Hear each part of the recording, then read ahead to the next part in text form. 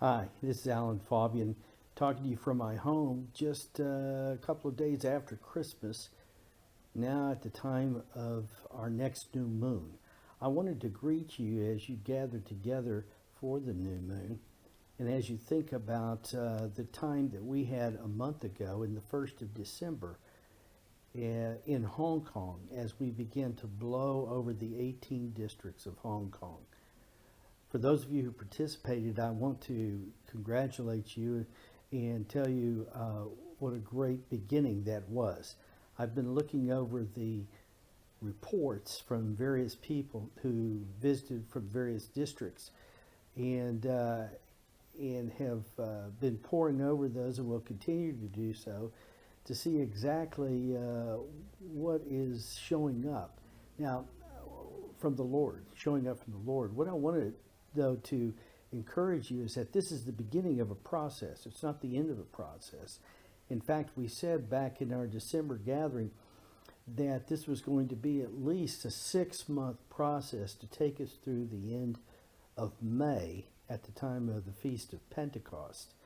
And that what God was taking us on is a path to help bring forth the birth of something new in Hong Kong. Now, in the end of January, right before the beginning of Chinese New Year, we're also going to have a gathering once again in Hong Kong where I'll be sharing more with you about what God is preparing to birth. So I think it'll be an important time to do that. But one of the reasons why we met in December was because of 6 months of an ever deepening crisis in Hong Kong with the protests, and with no resolution seemingly in sight. The Lord had us gather together to go to the 18 districts and in different groups, and as He determined, and to blow the shofar and to listen to Him speak to us about what He was about to do in Hong Kong. Now, when I come and meet with you at the end of January, we'll talk about some of those things more specifically. What I wanted to share with you tonight is what I've observed just looking at how the shofars blasts, at least the ones that I have reports on, how they were spread around the different main district areas of the city. I'm talking about New Territories, Kowloon area, and the Hong Kong Island area. It was very interesting to look at the distribution of blasts. On that day, at least by what I have recorded, and there's probably more, that some of which haven't been reported to me, there were at least 290 blasts blown over Hong Kong on the 4th of December and some on the 5th of December. There's a good amount, and of those, I'm looking at a paper that I have here. The largest number were takias. There were a good number of taruas and just a little bit less number of shavareens. Now, if you remember what the 3 blasts refer to, the takia is a blast that sets boundaries around things. It's God's way of saying, this is mine, don't mess with it. Now, the area in which more than half of all the takias were blown were in the New Territories. And part of what the Lord, I think, is saying at this time is that the New Territories is part of an area where He's setting a boundary. This is not just a boundary between, don't think of it as a boundary separating Hong Kong from China, because they're inseparable. It's a boundary around which God is setting His own boundary to say, I'm doing something special and unique here. Not that special things aren't being done other places. It's God's way of saying that anyone who wants to come and mess with this boundary, they're going to have to contend with me as well. The Shavarim sound wasn't blown nearly as much in the New Territories, nor was the Charua. However, when you get to Kowloon and when you get to Hong Kong Island, where they did blow some taquillas and some chevarees, by far they blew the largest share of taruas, and which means there's a glory coming there into the center of Hong Kong.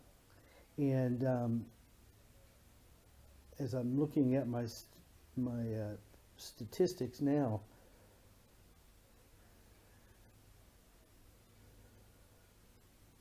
yes, the Tarua primarily there, showing that these are center points for where His glory will come forth. It doesn't. He's setting the boundaries for His glory to be established in Hong Kong in a very special way. Now, to do that, we're going to have to look at the various things that God spoke to people on December 4th. And I think part of what we'll see is that He is establishing boundaries against certain things in certain places. I'm not prepared yet to say what those are, but what I want to encourage you to do is over these next several weeks that you continue to ask the Lord what He's saying over the district that you blew in. And if you have your report, continue to look over your report that you sent in and see what the Lord wants to point out to you. We're at the beginning of a process, so we're not ready to draw hard and fast conclusions. We're trying to wait on the Lord to find out what He wants to say and what He wants to bring forth in each of these districts and main district regions over the next 6 months, so that we're moving in time with Him. We're moving in harmony with what He wants to do, and so that we're declaring and prophesying what He's saying.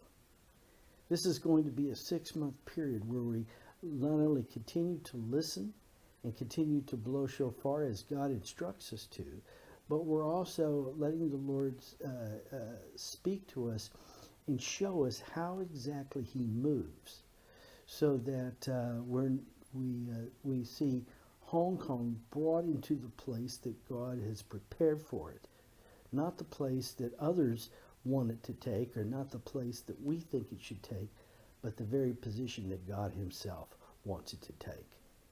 So as you take these things and consider them, I'll look forward to seeing you. I want to remind you of our commitment for these next 6 months.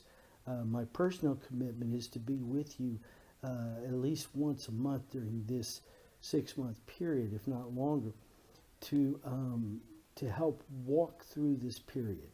I believe this is a critical time for Hong Kong. It's a critical time for each of us. Even for someone like me who's not from Hong Kong, it's important for me to see how God wants to move and how He wants to establish something very unique in Hong Kong, not just for Hong Kong, not just for China, but also for the earth. So I look forward to seeing you then in just a few weeks.